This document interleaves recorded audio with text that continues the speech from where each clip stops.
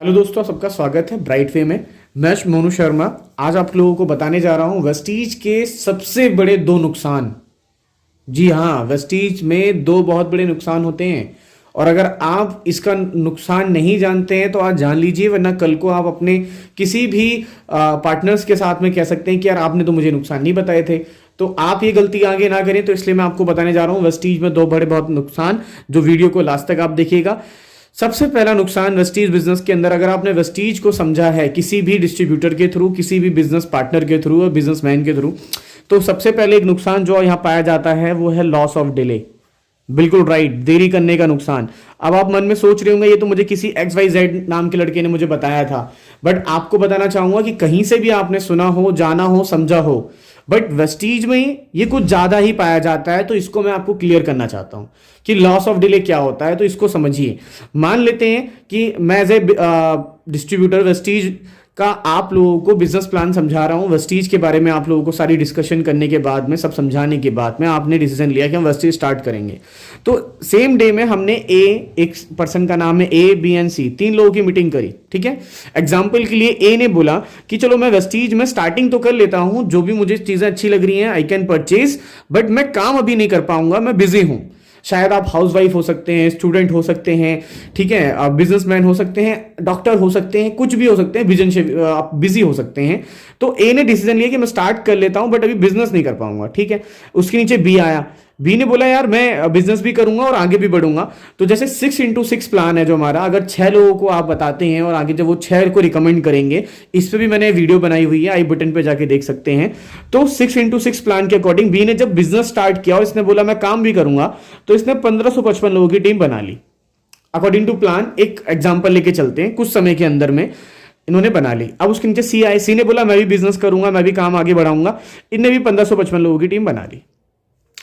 Plan के according ये महीने का 2.5 लाख रुपीज अर्न करेंगे और ये भी मिनिमम 2.5 लाख रुपीज अर्न करेंगे।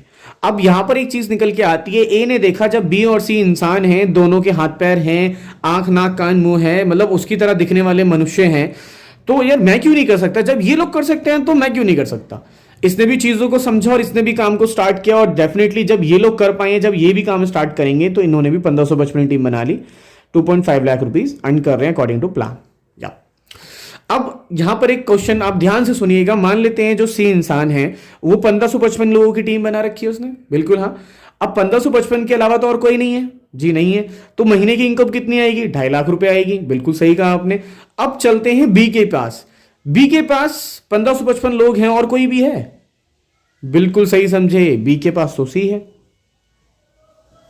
अब सी और बी का बिजनेस डबल हो गया, क्योंकि बी का पास सी का भी बिजनेस आ गया और बिजनेस डबल होने के बाद में, कंजप्शन डबल होने के बाद में, सेल डबल होने के बाद में इनकम क्या होगी? बिल्कुल सही, डबल। राइट।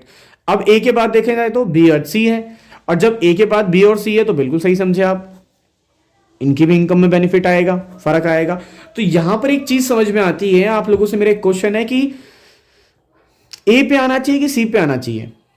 आप बताएं समझदारी क्या कहती है, ए पे आना या सी पे आना? बिल्कुल सही, समझदारी कहती है ए पे आना, क्योंकि अगर ए पे आएंगे तो आपको और बेनिफिट्स मिल सकते हैं। अब आपका क्वेश्चन होगा कि सर मेरे तो एग्जाम आने वाले हैं, कि मैं हाउसवाइफ हूं, अभी नहीं समय दे पा रही हूं, छोटा बेबी है।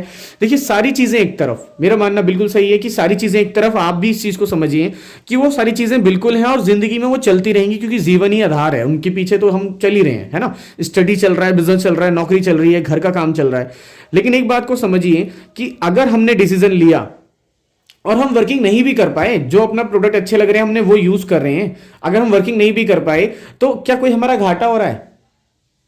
बिल्कुल हो रहा है।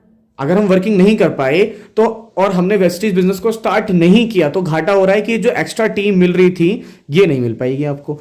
अभी डेफिनेटली श्योर नहीं है, लेकिन कई बार क्या होता है, आप वर्किंग में नहीं है और आपके थ्रू किसी ऐसे पर्सन से मिले जो जिन पे टाइम है और उन्होंने टीम को बना दिया, तो आपका नुकसान हो सकता है। जैसे ए ने डिसीजन बहुत अच्छा लिया था पहले स्टार्ट करके।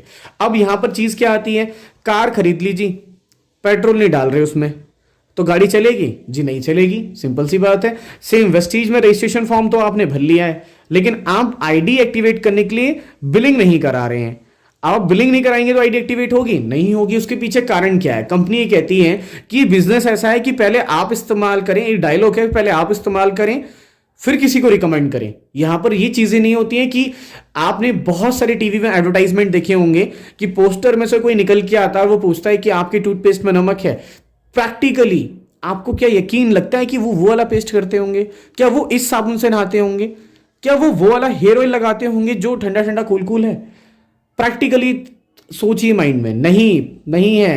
एडवर्टाइजमेंट की गाइडलाइंस आगे पढ़िए, आधे से ज्यादा फेक बोला जाता है और गवर्नमेंट उसे अप्रूवल देती है झूठ बोलने के लिए। उनके ऊपर कोई केस नहीं हो सकता क्योंकि वो ऑलरेडी गाइडलाइंस में लिखा हुआ है। बट वेस्टीज में अगर कोई चीज हम रिकमेंड करते हैं ना तो यूज करने के बाद करते हैं, उससे पहले नहीं करते हैं। तो जब तक आप स्टार्ट नहीं करेंगे आप लोगों को रिकमेंड क्या करेंगे? और आप कहीं और से बिजनेस, कहीं से और से सामान ला रहे हैं तो यहां से लेने में क्या तकलीफ है? बिल्कुल सही।